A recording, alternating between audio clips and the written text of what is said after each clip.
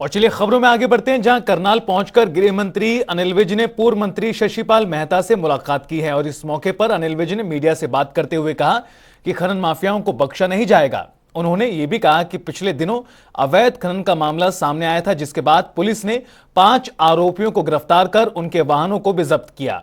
वहीं अनिल विज ने कहा कि ई टेंडरिंग के विषय पर भी चर्चा कर रहे हैं। अनिल विज ने कांग्रेस पर भी निशाना साधा और कहा कि इनके खुद के हाथ तो मिले नहीं है, औरों के हाथ क्या मिलाएंगे। अभय चौटाला की यात्रा पर भी अनिल विज ने कटाक्ष किया और कहा कि जब किसी के पास कोई काम नहीं होता तो घूमना और सैर करना अच्छा होता है। उन्होंने कहा कि बजट सत्र की पूरी तैयारी है और गठबंधन अच्छा चल रहा है। अवैध माइनिंग चल रही है सर, किस तरीके से देखते हैं? नहीं, बिल्कुल हम सख्ती से कर रहे हैं। और ये जैसा अभी पीछे नू में हुआ था, आपने देखा मैंने कितनी सख्ती करी, उसकी सारी करी है। अब ये जो मामला हुआ है तो हम किसी को बर्दाश्त नहीं करेंगे। पकड़े भी लिए हैं 5 आदमी, अब देखेंगे और इनके गैंग में कौन लोग हैं, कौन कौन और साथ हैं, कि एक भी आदमी को बख्शेंगे नहीं। तो आपको बता दें, इस मुद्दे को लेकर लगातार सवाल उठाए जा रहे हैं विपक्षी पार्टियों की ओर से। हालांकि गृह मंत्री ने कहा है कि सख्त कार्रवाई होगी, बख्शा नहीं जाएगा। और हमारे साथ कांग्रेस प्रवक्ता मनीष खटाना जी जुड़ गए हैं। बहुत स्वागत है आपका सर जनता टीवी पर। जी सर। मनीष खटाना जी, लगातार खनन माफियाओं के मुद्दे को लेकर विपक्षी पार्टियां कांग्रेस पार्टी का जिक्र करें, लगातार सरकार पर हमलावर है, लेकिन अनिल विज साहब कह रहे हैं कि बख्शा नहीं जाएगा, जो भी इसमें शामिल उनके ऊपर सख्त कार्रवाई होगी। आप किस तरह से देखते हैं पूरे मामले को लेकर, और सरकार की कार्रवाई क्या आपको दिखती है, उसका असर हो रहा है? देखिए, लीपापोती की सरकार है। 2014 से जब से सरकार भारतीय जनता पार्टी की और जेजेपी की सरकार चल रही है, जब से लेकर आज तक अगर देखें तो ना तो इनसे खनन माफिया काबू आए हैं, ना और दूसरे जो भ्रष्टाचार और घोटाले और जो पारदर्शिता के जो ये बात करते थे, ना वो काबू आए हैं। सिर्फ और सिर्फ हवाई किले हैं कि कार्रवाई होगी, एसआईटी गठित होगी, ये होगा वो होगा। हुआ क्या? एक मौके पे एक डीएसपी जैसे उच्च अधिकारी को खनन माफिया अपने ट्रक के नीचे दबा के मार देते। जहां जिस प्रदेश में डीएसपी अगर सुरक्षित नहीं है, आम जन की सुरक्षा का क्या हवाला दें? हरियाणा आज अंधकार में है, हरियाणा का भविष्य अंधकार में है। हरियाणा की लोगों को अपनी जान माल की रक्षा स्वयं करनी है जी। शासन, प्रशासन और सरकार सिर्फ भ्रष्टाचार में लिप्त है।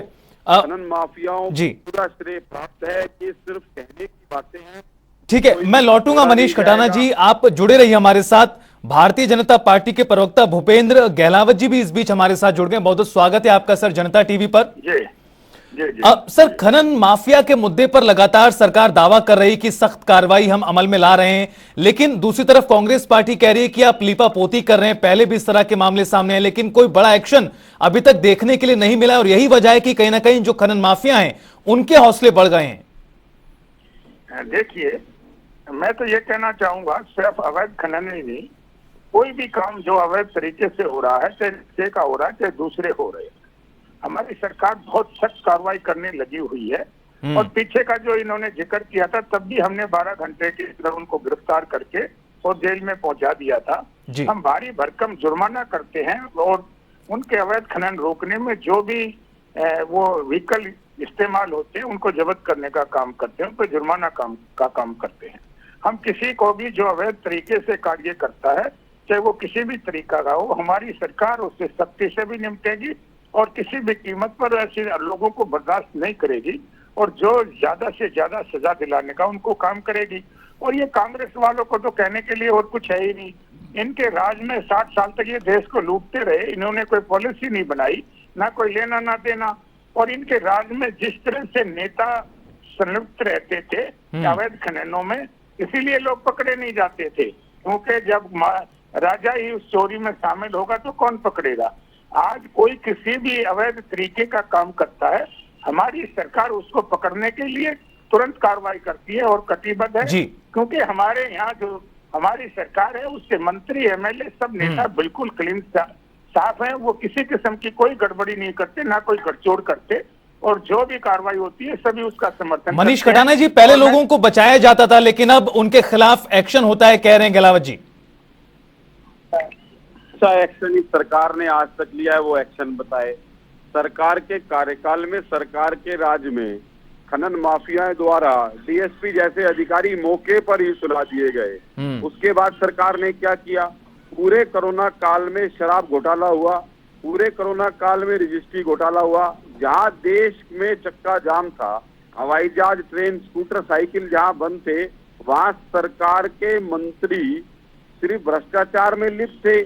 सरकार के कामकाज का जो तरीका है वो सिर्फ जो सरकार के जो अच्छे दिन है वो सरकारी मंत्रियों के और बीजेपी के आए हैं। उसके बाद जो हिंदुस्तान की जनता है, जो हरियाणा प्रदेश की जनता है, वो अपने पुराने दिनों को याद कर रही है, हुड्डा साहब के उस कार्यकाल को याद कर रही है, जहाँ 36 बिरादरी का भाईचारा था, जहाँ प्यार था, जहाँ हमारा प्रदेश प्रति व्यक्ति आय और निवेश में नंबर 1 था।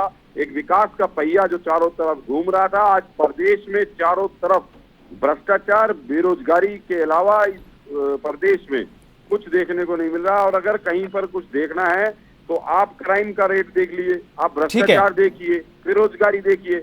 इस सरकार ने ना तो रोजगार दिए, ना शिक्षा के ठीक है खटाना जी, एक बार जवाब ले लेते हैं। गहलावत जी, देखिए बहस की शुरुआत हुई है खनन माफिया के मुद्दे पर, लेकिन बेरोजगारी पर भी सवाल उठ गए हैं, कानून व्यवस्था को लेकर भी सवाल उठ गए हैं कांग्रेस पार्टी की ओर से। देखिए, ये जो कांग्रेस पार्टी के लोग हैं जी, इनका पहिया इतना घूमा था तभी ये 15 सीटों पर चले गए थे। और अभी इनका पूरे हरियाणा में, देश में पहिया घूमा है, ये आधाई का आंकड़ा भी पार नहीं कर पाएंगे। मैं बेरोजगारी की बात इन्होंने करी, मैं उस पर भी सवाल दे देता हूँ जी। हमने 1,60,000 उद्योग हरियाणा प्रदेश में लगाने का काम किया और 11 लाख के करीब लोगों को रोजगार दिया है। पिछले सालों में हमने 60,000 सरकारी नौकरियां दी हैं और 1 साल के अंदर हम 1 लाख नौकरियां और भर्ती करने का काम प्रोसेस शुरू कर चुके हैं। लेकिन सर, सवाल माफिया को लेकर जो उठाए गए, आपको लगता है कि जो कार्रवाई लगातार सरकार कर रही है उसका असर दिखाई दे रहा है? चूंकि कांग्रेस ये कह रही है, विपक्षी पार्टियां कह रही हैं कानून व्यवस्था बिल्कुल भी नहीं है। नहीं, बिल्कुल ऐसी बात ही नहीं है। कोई जो भी गैंगस्टर था या इन्होंने शराब माफिया की बात की कोरोना टाइम में, हमने उन पे बहुत सख्त एक्शन लिया है। ठीक है। और जो उन्होंने प्रॉपर्टी अवैध तरीके से बनाई उनको भी गिराने का काम किया है। हमारी सरकार किसी भी अवैध काम में किसी को भी नहीं बख्शेगी। बिल्कुल, जो भी अवैध काम में संलिप्त है उसके खिलाफ सख्त कार्रवाई सरकार कर रही है, कहना है गहलावत जी का। बहुत बहुत शुक्रिया मनीष खटाना जी आपका भी, और गहलावत जी आपका भी हमारे साथ जुड़ने के लिए और चर्चा के लिए।